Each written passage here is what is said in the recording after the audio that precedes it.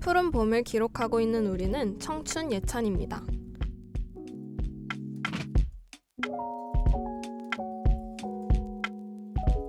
청년이라는 이유만으로 겪고 있는 고통이 가볍게 여겨진 적 있으신가요? 젊으니까 버틸 수 있을 거라는 말이 위로보단 부담으로 다가왔던 순간은 없었는지요? 사람들은 흔히 청년에게 가능성과 잠재력이 있다고 이야기합니다. 하지만 그 말 뒤에는 감당해야 할 책임과 인내가 너무 쉽게 따라붙곤 하죠. 청년이라는 이름 아래 우리는 하나의 세대로 불리며 구직이라는 문제 앞에서 개인의 노력만으로는 해결하기 어려운 현실에 놓여 있습니다. 이번 알솔청잡에서는 청년들의 구직을 둘러싼 현실을 바라보고 그 과정에서 청년 정책이 어떤 역할을 해야 하는지 함께 이야기해보려고 합니다. 저는 오늘 MC를 맡은 파랑이고요. 저와 함께 이야기 나눠볼 패널분들을 소개할게요. 안녕하세요. 안녕하세요. 저는 지옥철을 헤쳐온 여름입니다. 와. 안녕하세요. 겨울을 맞이해서 너무 추운 루피입니다. 네, 안녕하세요. 저는 지금 길을 헤매가지고 30분 거리를 1시간 반 걸려서 온 마루입니다. 와, 오늘아 너무 고생했어요. 너무 진짜. 죄송합니다. 네, 모두 반갑습니다. 요즘 취업이 참 어렵다는 이야기가 많이 들려오는데요. 여러분은 혹시 구직난을 직접 경험해보거나 들은 적이 있을까요? 요즘 친구들이 그렇게 졸업을 해봤자 취업을 못한다. 그래서 유예를 하겠다는 얘기들을 참 많이 하더라고요. 뭔가 몇 년 전만 해도 이런 얘기를 많이 들은 적이 없었는데 맞아요. 좀 체감이 되는 것 같습니다. 저는 특히 딱 작년에 여러 이슈가 생기면서 네. 경제가 약간 삐끗했잖아요. 그때 약간 구직난을 많이 들어봤던 것 같아요. 저도 확실히 뭔가 이제 취업 나이가 차면서 또 더 느껴지는 것 맞아요. 같아요. 또 다른 분들께서 말씀해 주신 것처럼 또 직접 겪는, 저같이 직접 겪는 사람도 있고 주변 이야기로만 접한 사람들도 있겠지만 사실은 누구나 한 번쯤은 요즘 취업 정말 어렵다는 이 말을 들어봤을 것 같습니다. 이런 상황 속의 불안과 고민은 단순한 개인의 경험에 국한된 것이 아니라 청년들이 현실에서 마주하는 이 구조적 문제와도 연결되어 있다고 보는데요. 그렇다면 지금 이 체감이 단순한 느낌일지 아니면 실제 현실과 맞닿아 있는 것인지 함께 청년들의 구직난 실황을 살펴보도록 하겠습니다. 네, 국가데이터처가 발표한 11월 고용 동향에 따르면 지난 2025년 11월 취업자 수는 약 3천만 명으로 2024년 동월 대비 22만 5천 명 증가한 것으로 나타났습니다. 그러나 이러한 증가세는 주로 60대 이상에서 나타났고 청년층의 고용 상황은 오히려 악화된 것으로 파악됐고요.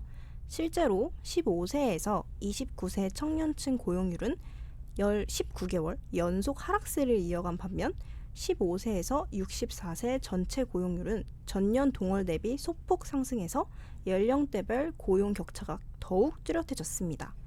연령별 취업자 수는 60대에서 가장 크게 증가했지만 20대와 40대에서는 감소세가 나타난 것이죠. 한편 일과 구직 활동 모두 하지 않는 이른바 쉬었음 인구도 증가했는데요.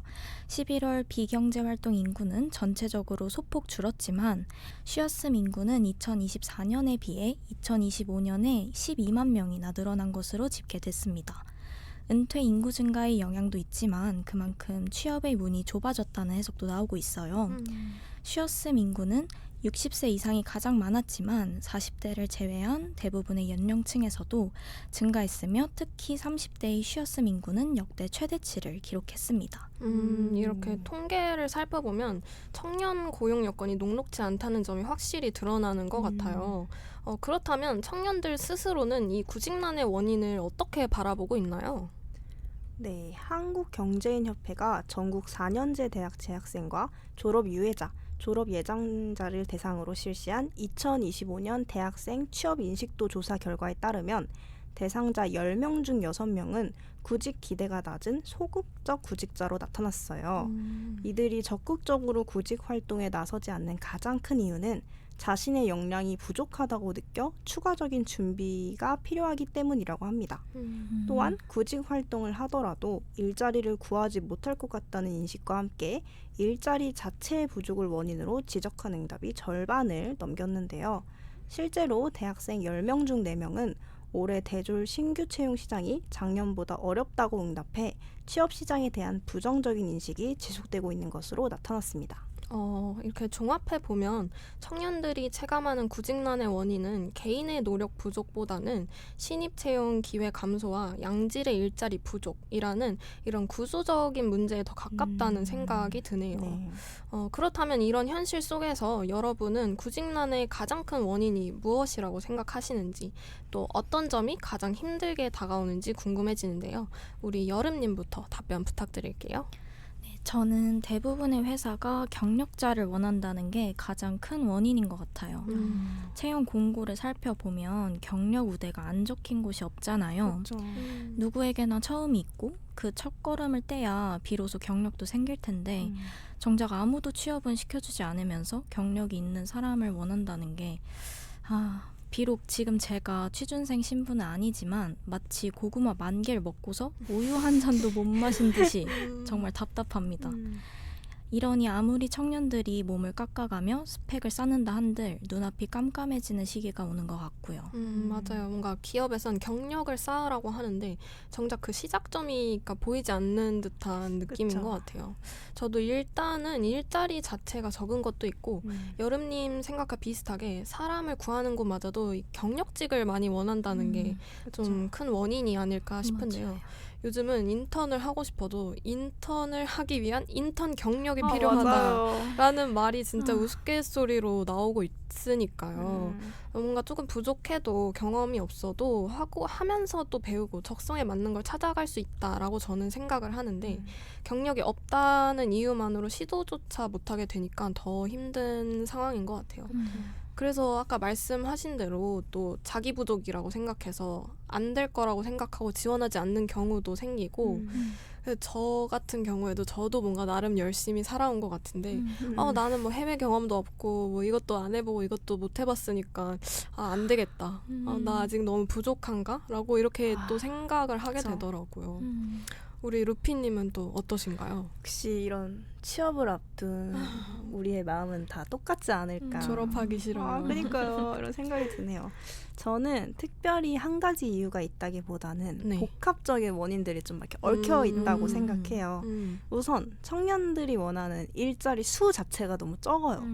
또 청년들 대부분이 임금이나 근무 환경 등의 문제로 인해서 좀 불안정한 중소기업보다는 대기업이나 좀 중견기업 또는 공공직을 희망하는 경향이 맞아요, 있잖아요. 맞아요.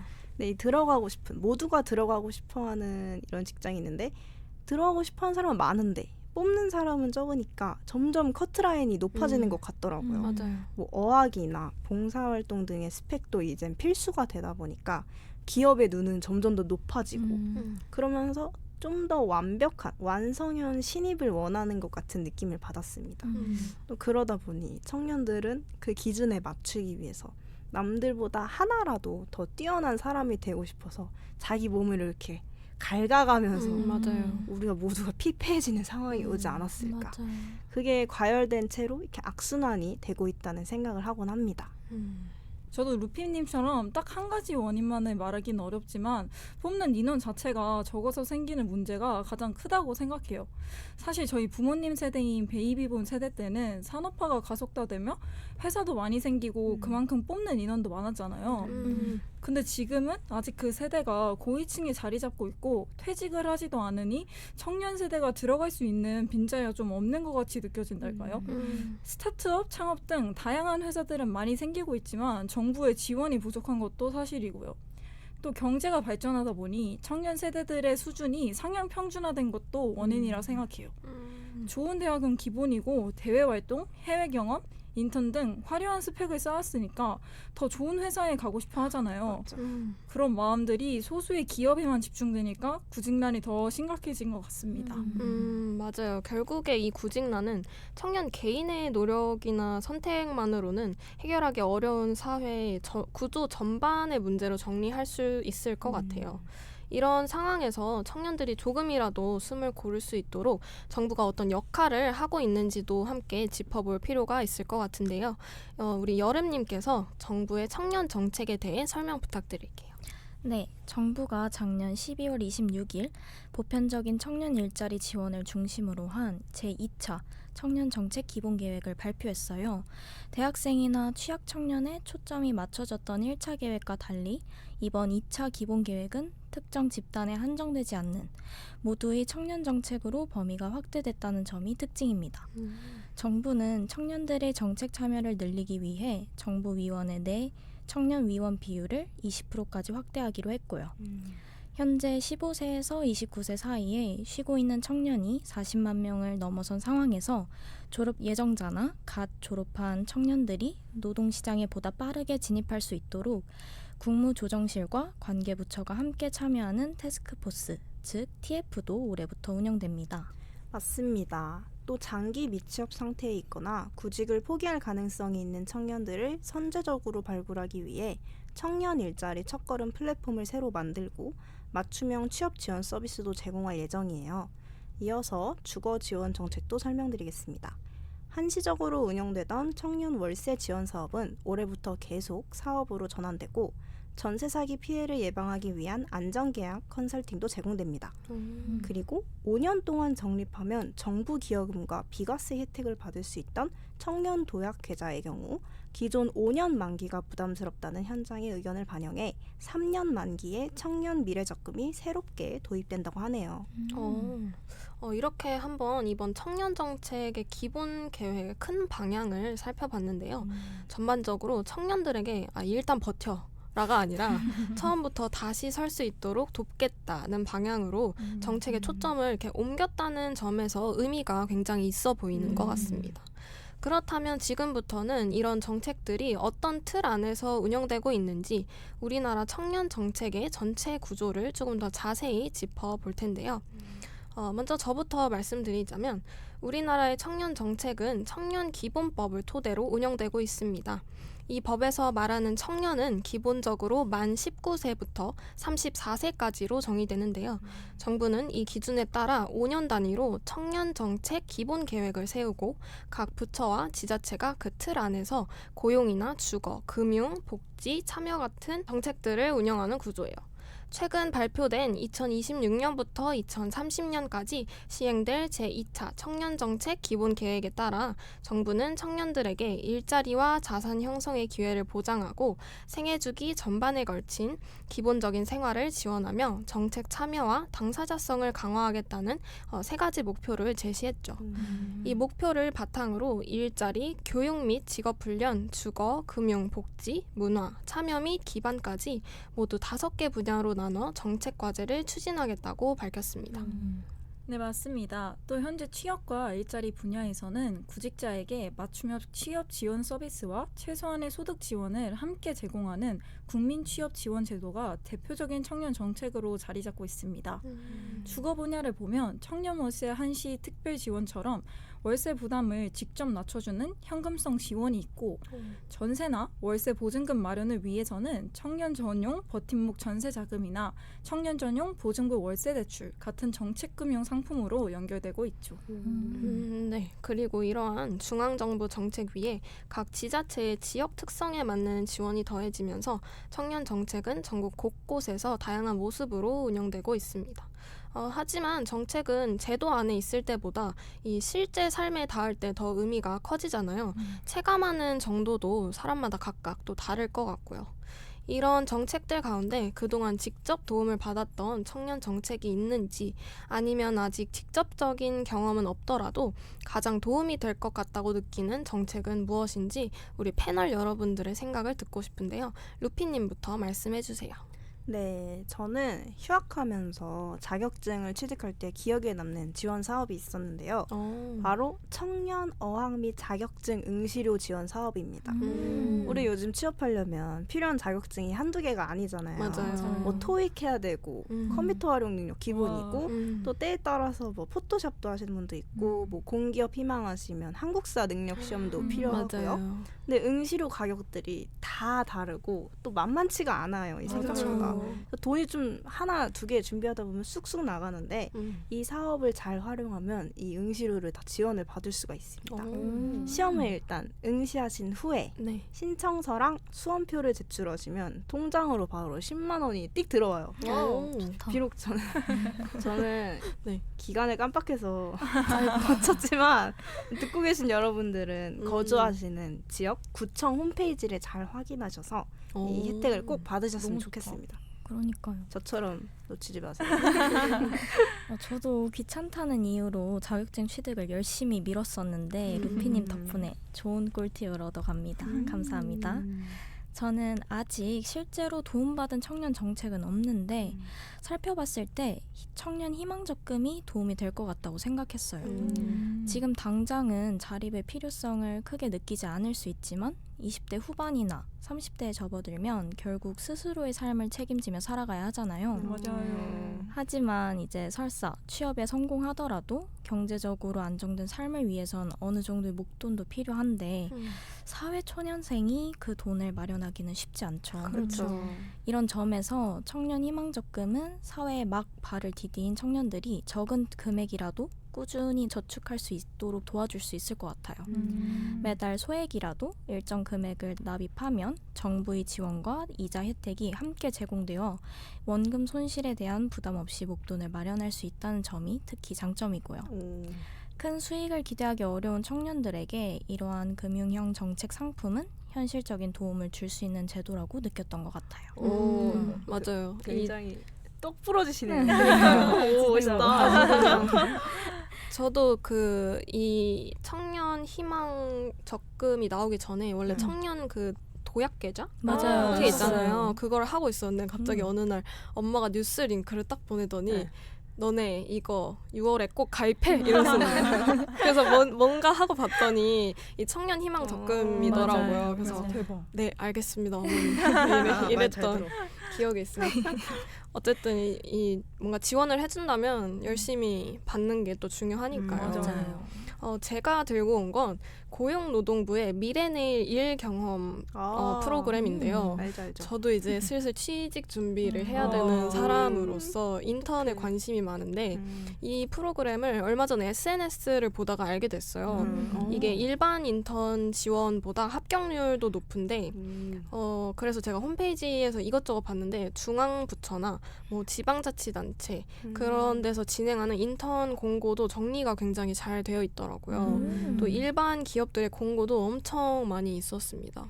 그래서 저도 나중에 이제 학기를 다 마치고 인턴을 할 때가 되면 쏠쏠하게 이용할 수 있지 않을까 싶더라고요. 대박. 그리고 또 분야도 굉장히 다양해서 저처럼 또 취준생이 되실 분이신 분들 한번 꼭 들어가서 보시면 좋을 것 같아요. 좋습니다. 너무 좋은데요, 진짜? 네. 사실 이런 미래내일 일 경험이 나중에 인턴을 준비해 볼 때 진짜 유용하게 쓸 수 맞아요. 있을 것 맞아요. 같아요.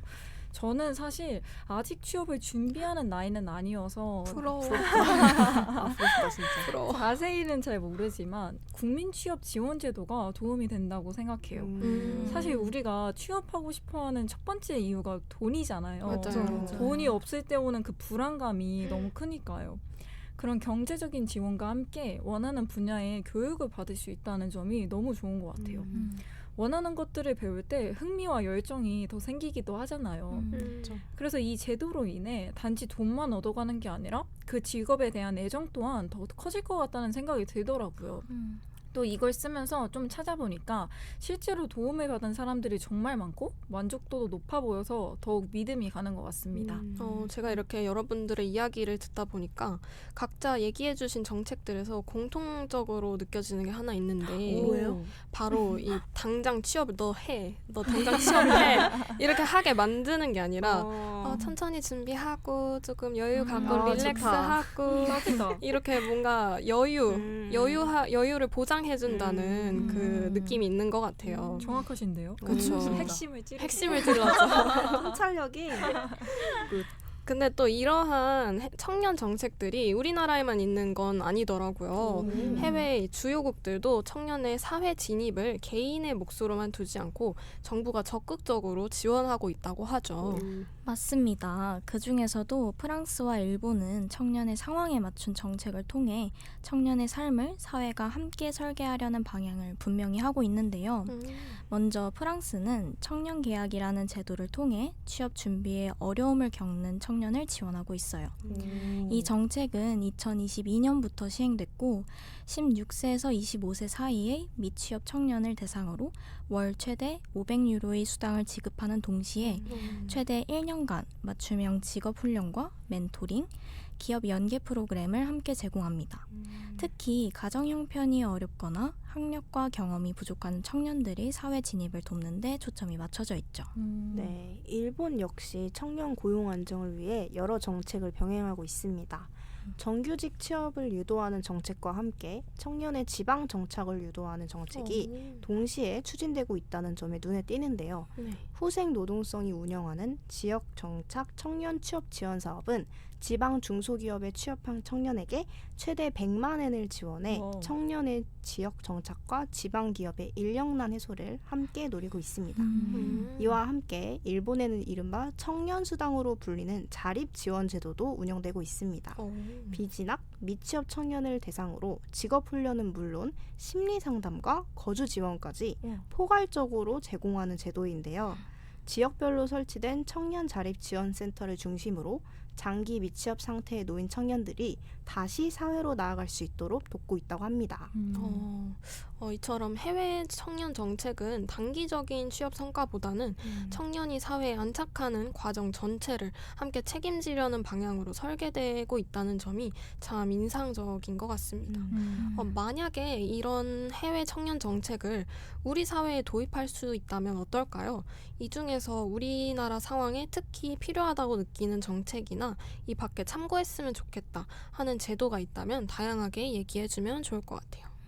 네, 일단 저는 일본의 정책을 좀 도입했으면 좋겠어요. 음. 흔히들 일본을 우리나라의 미래라고 지칭하잖아요. 그쵸, 맞아요. 진짜 고령화, 낮은 출생률, 구직난 등 닮은 문제도 많고요.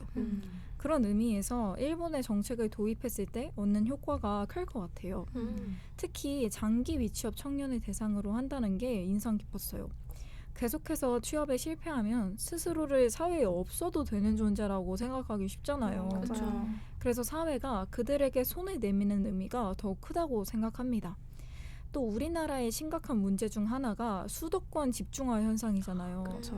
그걸 해결하기 위해 많은 정책이 진행 중이긴 하지만 확실히 효과를 본 정책은 드물고요. 그런 의미에서 중소기업에 취업한 청년들에게 지원금을 주는 정책 역시 매력적으로 느껴져요. 수도권에서의 삶의 필요를 느낀 청년들에겐 확실한 유인책으로 다가올 것 같습니다. 네, 저도 일본의 장기 미취업 청년을 향한 시선이나 수도권 집중 문제를 함께 푸는 점이 의미 있게 느껴졌는데요. 저는 프랑스의 청년 계약 제도가 특히 기억에 남네요. 집안 사정이나 학력이 부족한 청년에게 자립의 기회를 준다는 점이 흥미롭게 다가온 것 같습니다. 제가 대학생이 되고 나서 참 많이 했던 생각이 있는데요. 네. 바로 결국 경험도 돈이구나 이런 생각을 진짜 많이 했어요. 맞아요. 제가 학교의 국제교류팀에서 근로를 하면서 교환학생 설명회를 들을 기회가 많이 있었어요. 네. 그때 한 학생이 사회자분께 교환학생의 비용에 대한 질문을 했었는데요. 근데 사회자분이 그 비용을 설명을 해주시면서 어차피 여러분들 나중에 취업하시고 돈 벌면 부모님께 갚으셔야 되는데 그 비용 부모님께 지금 먼저 땡겨 받는다고 생각하세요 이러는 거예요. 근데 뭐 어떻게 생각하면 뭐 맞는 말이기도 하고 뭐 틀린 말도 딱히 아니잖아요. 맞아요. 근데 저는 문득 그 비용이 이 세상 모든 부모님께 당연히 있을 거라고 생각하는 게 좀 슬프더라고요. 맞아요. 근데 물론 그 자리는 교환학생에 관심 있는 학생들이 모인 자리였기 때문에 그 말이 틀렸다는 건 결코 아니고 그저 분명 어딘가에는 원하고자 하는 스펙이 있어도 뭐 환경상 본인의 환경상 그 기회를 꿈꾸지 못하는 청년분들이 많이 있을 거라는 진짜. 생각이 들었습니다.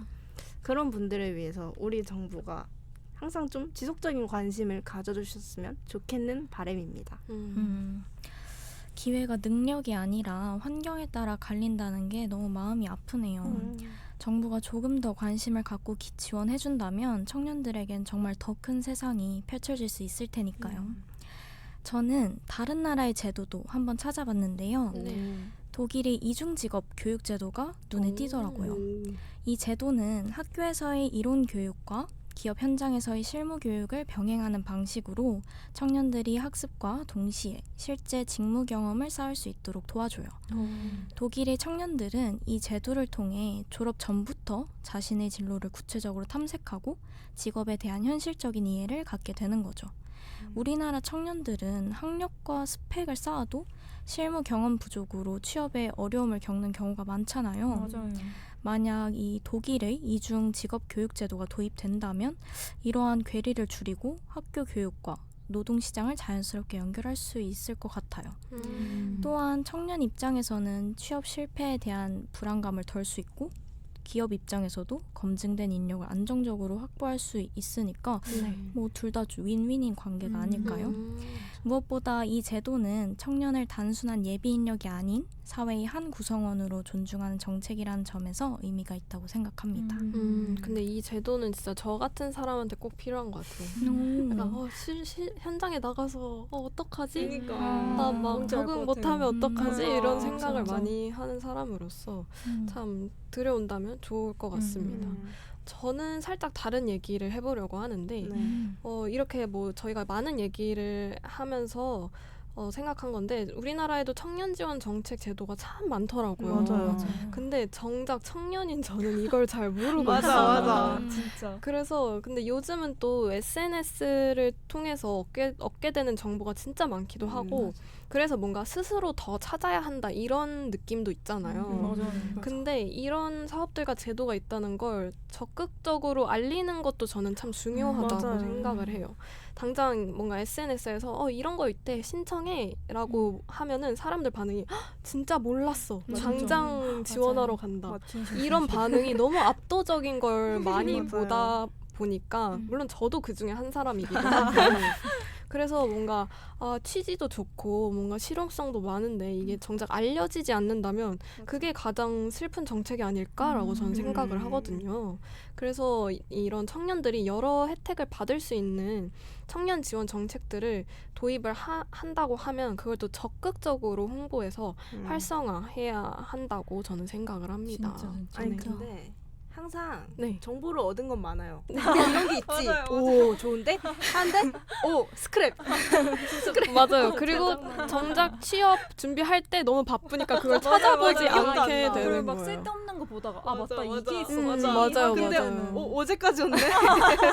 기한 놓치고 이렇게 놓친 게 제가 아까 자격증 응시 네. 그것도 그렇게 네. 놓쳤거든요. 맞습니다. 너무 공감이 되네요. 또. 힘으로.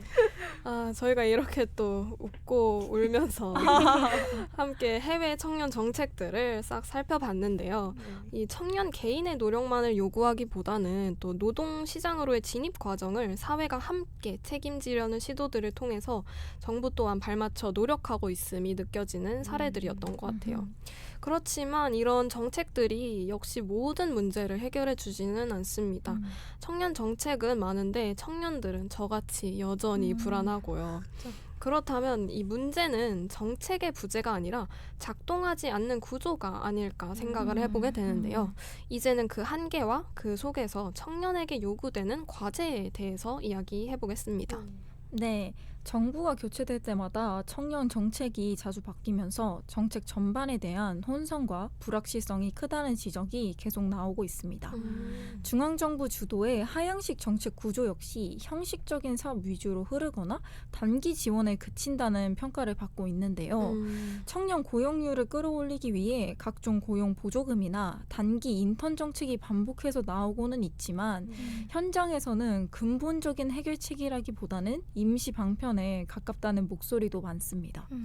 전문가들은 단기적인 파견형 일자리 확대보다는 정규직과 장기적인 경력 형성이 가능한 일자리를 늘리는 방향으로 정책의 무게중심을 옮겨야 한다고 말하고요. 네. 또 그리고 여기에 더해 AI 기술 변화에 대응할 수 있도록 직업 재교육과 훈련을 강화하고 기업이 투자와 고용을 늘릴 수 있게 과감한 세제 개편과 규제 혁파가 선행돼야 한다는 지적도 나오고 있습니다. 직무와 성과 중심의 임금 체계를 개편하고 또 고용 유연성을 높이는 노동 개혁 역시 더 이상 미룰 수 없는 과제로 거론되고도 있죠. 맞습니다. 또 각 지역에서 다양한 청년 지원 정책이 추진되고 있지만 아직 뚜렷한 성과를 내지 못하고 있다는 평가도 이어지고 있는데요. 이에 대해 한국직업능력연구원 반가운 센터장은 수요가 많은 지역에만 투자가 집중되면 좋은 곳은 더 좋아지고 열악한 곳은 더 열악해지는 양의 되먹임 효과가 발생한다고 지적했습니다. 이는 인구가 많은 지역에만 인프라를 늘릴 경우 청년 유입은 더 집중되고 지역 간 불균형은 오히려 심화될 수 있다는 설명입니다. 이에 더해 또 다른 과제는 청년 정책 논의 과정에서 정작 당사자인 청년들의 참여 비율이 낮다는 것입니다. 전영무 경북도 청년특보는 청년 의견을 수렴하기 위한 시도는 많지만 실제 정책으로 이어지는 경우는 많지 않다고 지적하며 청년 스스로 목소리를 낼 수 있는 창구를 만들고 정책 설계자를 위한 교육과 지침 마련이 필요하다고 제안했습니다. 확실히 청년 정책의 성패는 결국에 얼마나 많은 사업을 내놓고 이렇게 하느냐가 아니라 청년 자신이 그 자기의 삶을 그 자리에서 설계할 수 있느냐에 달려 있다고 볼 수 있을 것 같아요. 정책이 이 방향성은 잡아줄 수 있겠지만 그 안에서 실제로 삶을 살아가는 건 청년 개인일 테니까요. 맞아요. 그래서 저희는 마지막으로 이 질문을 한번 던져보고 싶은데요. 우리 여러분이 생각하는 안정적인 자립의 모습과 또 그 모습에 도달하기 위해 가장 절실하다고 느끼는 조건이나 지원은 무엇이라고 생각하는지 궁금합니다. 저부터 먼저 말을 해보자면 가장 먼저 경제적인 자립이 떠오르는 것 같아요. 언제까지나 부모님께 손 벌리고 살 수는 없으니까요. 네, 그러기 위해선 안정적인 직장이 가장 필요하다고 생각합니다. 그리고 지금 당장은 제가 공간적인 자립을 정말 많이 하고 싶어요. 저는 지금 3년째 거의 기숙사에 계속 살고 있는데 이게 정말 사람 피가 말립니다. 갑갑하겠다. 어떡해. 진짜 약간 결혼 같은 느낌이랄까요? 그러니까 생판 모르는, 그러니까 사랑하는 사람이랑도 생판 서로 다르게 살던 사람들이 같이 살면 너무 힘들잖아요. 맞아요. 맞춰가는 과정 그런 게 결혼이라는데. 근데 저는 이 사랑하지도 않는 사람과 생판 모르는 20 몇 년째 살던 사람들이 같이 한 공간에서 산다니까 정말 쉽지 않더라고요. 그래서 요즘은 이 온전한 저만의 공간이 있다면 정말 좋을 것 같아요. 그리고 또 하나 생각나는 건 이것도 기숙사에서 비롯된 건데 바로 정신적인 안정입니다. 네. 근데 저는 기숙사에 살면서도 다른 친구들에 비해서 본가를 되게 자주 왔다 갔다 하는 편이긴 한데 왜 이렇게 정신적으로 스트레스를 많이 받는지 잘 모르겠어요. 은근히 제가 외로움도 좀 타는 것 같고요. 사실 아직도 엄마가 필요해요. 어떡해. 저 24살인데 엄마가 너무 필요합니다. 그냥 엄마가 보고 싶어요. 사실 이렇게 어른이 되어도 엄마의 손길이 그리운 건 진짜 네. 어쩔 수 없는 것 같아요. 맞아요. 영원한 엄미새로서 살아가고 있는. 저는 아무래도 경제적으로 완전하게 독립하면 네. 그때 비로소 정말 어른이 되었다고 느낄 것 같아요. 그쵸. 사실 올해 제 목표가 부모님께 학비를 제외한 지원은 받지 말자. 거든요. 멋있다. 과외 열심히 하면서 생활비와 저축 자금 등은 스스로 벌어보고 싶은 마음이 커요. 하지만 아직도 핸드폰 요금은 부모님께서 내주시고 있는 게 현실입니다. 자립을 위해 가장 필요한 것은 저 스스로의 의지라고 생각하는데요. 작년 1년 동안 학업을 좀 소홀하게 여기고 과외도 그리 열정적으로 구하진 않았거든요. 1, 2학년 때 소홀히 해도 돼요. 돼요. 올해는 좀 마음을 독하게 먹고 한 발 한 발 나아가야겠어요. 네. 또 저희 부모님께서 결혼을 늦게 하셨고 더군다나 제가 막내여서 주변 부모님들 중에 나이가 꽤나 있으신 편이거든요. 근데 아직도 이렇게 자식을 지원하기 위해서 너무 오래 고생하고 계시는 걸 생각하면 항상 죄송스럽고 마음이 아파집니다. 이제 빼도 박도 못하는 21살 어른이 되었으니 이거 살짝 기만이에요. 아무튼 사회에 더 가까워지는 어른이 되어야겠습니다. 제가 할 말이 좀 많은데 전 제가 21살 때 뭐 했는지 다 기억이 나거든요. 좀 마음이 저는 손 벌리고 살았어요. 고백할게요. 저도 좀 말을 못하겠네. 사실 아직은 경제적으로 완전하게 자립한 저의 모습이 잘 상상이 가지 맞아요. 않네요. 우리 아직 너무 그러니까 우리 어려요. 애기 진짜 애기. 하지만 가장 먼저 내디뎌야 할 첫 발걸음은 알고 있습니다. 오. 바로 20대 초반에 자신의 교통비와 통신비의 책임을 감당하라. 이게 은근히 하는 사람과 안 하는 사람의 차이가 커요. 진짜 인정. 은근히 세상을 바라보는 관점의 폭이 좀 차이가 난다고 해야 되나요? 이게 우리한테 교통비와 통신비는 지금 살아가기 위한 진짜 꼭 필요한 그런 수단이잖아요. 맞아요. 그래서 20대 초반부터 이걸 하나하나 책임지는 버릇이 생기면 뭐 한 달 나의 소득 대비 내가 써야 할 비용, 저축해야 할 비용 이런 거를 확실히 약간 좀 파악이 되는 것 같아요. 진짜 어른죠. 진짜. 어른 여자다. 그래서 조금 더 이렇게 알뜰살뜰하게 살림을 꾸려나가는 연습도 되고요. 또 교통비, 통신비뿐만 아니라 더 나아가서 보험비, 와. 실비라 그러죠. 실비. 와. 대박. 인생을 살아가면서 필수적으로 이렇게 지출을 해야 되는 비용에 대한 공부가 좀 미리 되는 것 같습니다. 그럼 실비가 본인이 사실 부담하고 계시나요? 사실 반반네요. 이게 이게 보험금이 점점 올라요. 반반이 어디예요? 아, 그래요? 대박. 이게 고등학교 때 처음 시작했는데 네. 그때는 6천 얼마로 시작했는데 지금은 11,000 얼마까지 올라가고 그래도 좀 이렇게 숨이 쪼여오고 그러면 궁금한 점 보험금은 반반 내시잖아요. 네. 그러면 보험금 청구해서 받은 돈은 누가 가져가요? 그건 모르는 거죠. 그거는 실비니까 제가 다쳐봐야 알죠. 그거는 제가 꼭 청구해서 저한테 알려주세요. 네, 너무 알겠습니다. 궁금합니다. 그래서 아직 이 분야에 자립을 좀 못하신 분들이 있다면 작은 것부터 하나하나씩 책임을 너무 져보시는 연습을 해보시면 좋을 것 같습니다. 네. 온전한 자립을 위한 정말 좋은 연습인 것 같아요. 그쵸. 2027년도는 제가 꼭 교통비와 통신비 책임을 감당하고 있길 바라며 멋있다. 화이팅!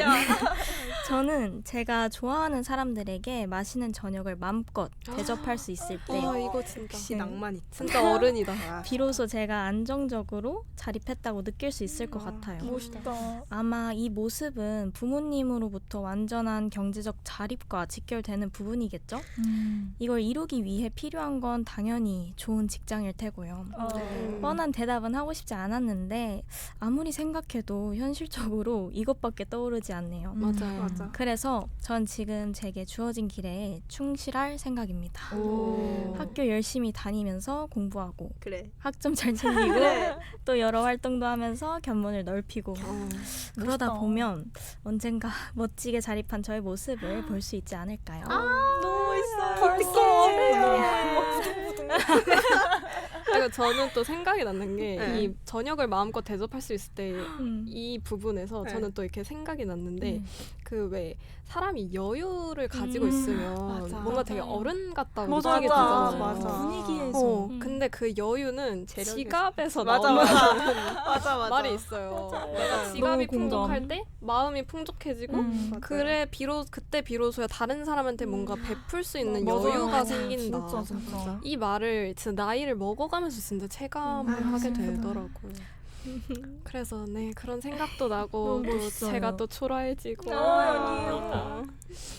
이렇게 오늘 방송에서 다 같이 얘기를 해보면서 확실히 안정적인 자립이란 뭔가 단번에 도착하는 목표라기보다는 경제적이고 정서적인 책임을 하나씩 감당해 나가는 여정에 가깝다라는 생각이 드는 것 같아요.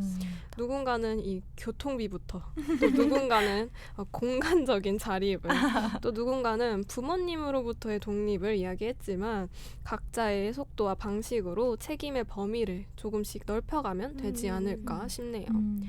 이러한 과정이 청년 개인의 몫으로만 남지 않고 사회가 함께 뒷받침해 주길 바라며 오늘 방송은 여기서 마무리하겠습니다. 청년은 인생에 있어 누구나 한 번쯤 거쳐가는 시기입니다. 하지만 지나온 시간을 망각이라도 한 듯 지금 누구보다 치열한 삶을 살고 있을 청년들에게 세상은 유독 냉담하기만 한데요. 젊음과 패기만으로 세상을 제패한다던 말이 무색하게 청년들은 하루에도 수많은 좌절을 겪고 살아가죠. 이 좌절은 분명 그들의 부족함 때문만은 아닐 겁니다. 속도가 지나치게 빨라진 사회, 감당하기엔 너무 높은 문턱 속에서 청년들은 이미 충분히 애써왔으니까요. 지금 우리가 맡고 있는 이 시류가 한순간 드라마틱하게 바뀌진 않겠죠. 다만 이전보다 청년을 조금 더 따뜻하게 바라보고 조금 더 다정하게 안아주는 세상을 바랄 뿐입니다. 남는 시간 하나 허투루 보내지 않고 숱한 시련을 견뎌내며 마음 성한 곳 하나 없지만 그럼에도 지금까지 숨 가쁘게 달려온 당신, 그 모든 숭고한 노력 끝에 반드시 빛나는 결실이 따를 거예요. 대한민국에서 청년으로 살아가는 그대, 오늘 하루도 정말 수고하셨습니다. 알아두면 쏠쏠한 청춘들의 잡학사전, 쏠쏠한 정보로 똑똑해지는 그날까지. 지금까지 저는 MC 파랑, 마루, 여름, 루피였습니다. 안녕.